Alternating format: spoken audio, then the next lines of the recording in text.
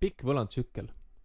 Ehk inimesed satuvad sügavamatesse võlgadesse, on raha välja laenajad valmis veelgi vabamalt krediiti andma. Miks?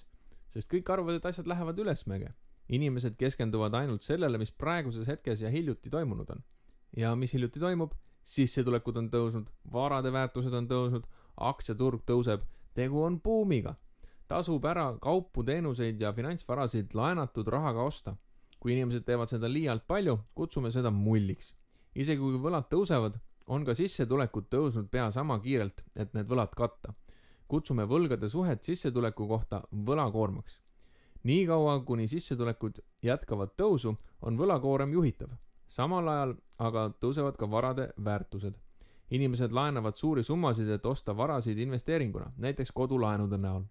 See põhjustab hindade tõusu veelgi kõrgemale. Inimesed tunnevad end nüüd jõukana. Isegi suurte võlgade kogunemisega aitab sissetulekude ja varade väärtuste tõus laenajatel jääda krediidivääriliseks pikaks ajaks.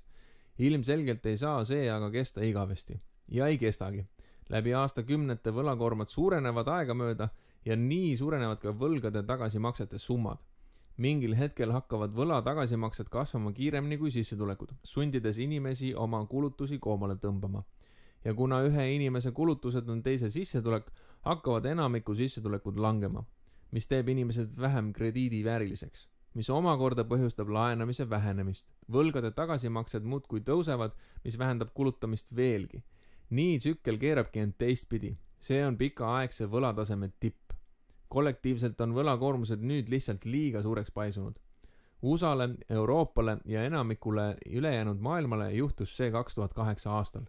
Ta juhtus samal põhjusel, miks ta juhtus Jaapanis 1989. aastal ja USA's ka 1929. aastal.